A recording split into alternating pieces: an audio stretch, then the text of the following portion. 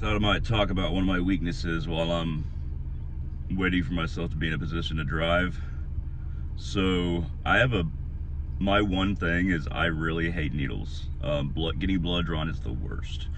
Basically, it's because when I was a kid, I was about 5 years old. My friend at daycare stabbed me with a needle that rolled down from a car wash, and then I had to get a bunch of blood drawn. And I had to get like 11 shots. It was awful. They had to basically make sure I didn't have any disease. And so now when I get blood drawn, um, I shake a little bit afterwards. It's not as much the pain as it is. I feel like I'm five again every time I get it done, and I feel very weak and vulnerable. And that's why I'm sitting here and not driving. I'm just waiting to get to a position where I can drive. And I'm kind of making this video to keep my mind off of it. But it's definitely one of my weaknesses. Trauma, it's funny because people's trauma, it's not necessarily the pain that brings back the trauma as much as it is experiencing the act again. Trauma is kind of like that. Kind of trying to hold the camera steady. Trauma's like that. And what I do is I try not to look at the needle or look at the arm that blood is being drawn from. And I focus away and I focus on my breathing. I keep it calm. And also, it's good to focus your eyes on something that you can read or analyze in the room.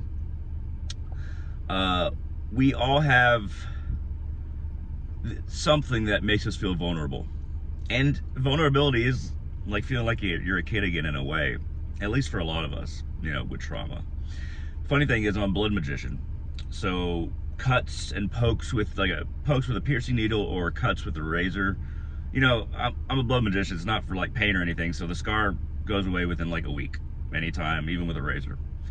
But for some, and even though sometimes that hurts worse, getting blood drawn, it hurts less, but it's basically just the idea of the needle more so than the actual like pain itself. It's always good to admit when something bothers us. I'm good at admitting things now. Used to in the past, I did not want to admit anything. I was insecure about everything. Now it's very easy to express my emotions and talk about things. That comes with making videos and speaking all the time on videos. So I would suggest anything that makes you feel vulnerable, share it with a friend, a family member, talk about it. They might give you some emotional support that you're really looking for in a time of. It's not really a weakness.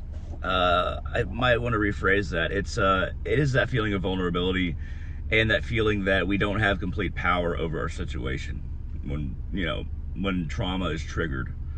A lot of the time, movies for us schizophrenics as well. There's certain scenes in movies that trigger us, that kind of make us feel that feeling of powerlessness and discomfort, sometimes paranoia and delusion. There's some movies and some scenes that I cannot watch because it'll trigger, especially if it's something related to the hallucinations that I used to have.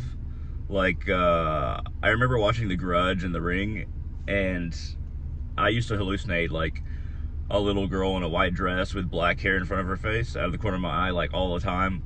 And now if I can't watch those movies, I just become utterly terrified and I can't watch them because I remember hallucinating that stuff and it was awful. That's an example of a trigger. There's also emotional triggers, like if you feel like somebody is insulting you in a way that makes you feel less, that might trigger an insecurity about your self-worth. That's another big one. See, even talking on camera right now has kind of helped me get past it. Like I said, sharing is a great thing. I didn't really want to make a long video, but perhaps in the comments section, you can tell me what makes you feel vulnerable. Maybe what trigger, if you've had any trauma, if you want to share it, you don't have to, of course. Otherwise you just don't comment. And what triggers you, what your trauma is, and maybe how you get over it. I think it's good to have as many ideas as possible in the comment section in a video like this, because we can all kind of share with each other and perhaps give each other ideas of how to heal, but also of how to get out of that vulnerability if you view it that way. At any rate, thank you very much for watching. I hope this has helped, and all of you have a wonderful day.